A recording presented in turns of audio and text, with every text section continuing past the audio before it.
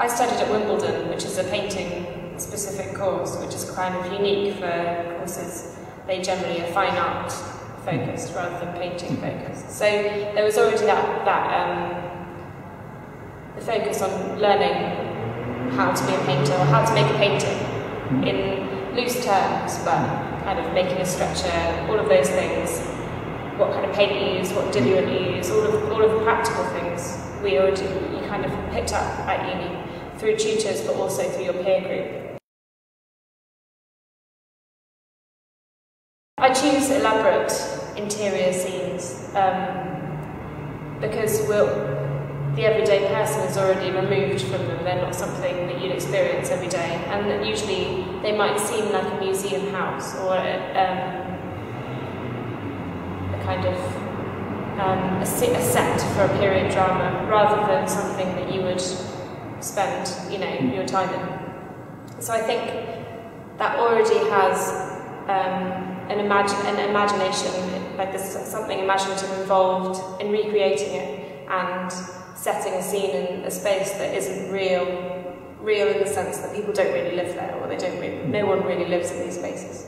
Very few, maybe aristocrats, but not the everyday person. So it's already an escapist space. I think that's why I'm interested in that kind of do not touch kind of area, like interior space particularly. A lot of it is to do with narrative, and I'm interested in scenes that aren't everyday and they nod to the past. They're kind of historical in some way. So I'm interested in that historical narrative that's quite prevalent. Like, people are interested in stories set in the past, and I'm interested in that kind of imagination, that kind of imaginative scene. Not necessarily nostalgic, but there is a romantic narrative attached to these kind of plush interiors that I'm interested in, that kind of escapist narrative, definitely. When I think about how I would like the audience to relate to the pictures,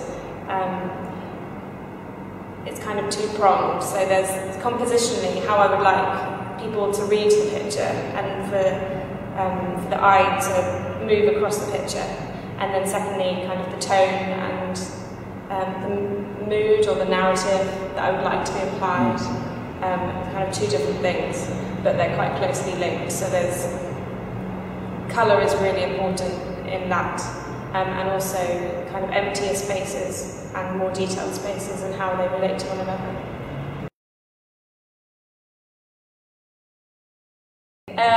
The Nabi, Bonnard and Vuillard are big influences of mine, and I came across them in my early teens. So I think, although they didn't directly influence how I make a painting, but they've kind of always been there, and the compositionally, and also the use of pattern. Even though I paint in a very different way, that they have definitely been a huge influence on my work. But then, sort of earlier influences have kind of come in, kind of Vermeer with the really crisp representation of space and texture. It's also a huge influence.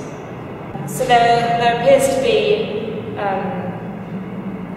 a group of artists all working in a figurative, similar kind of literary feel, I think.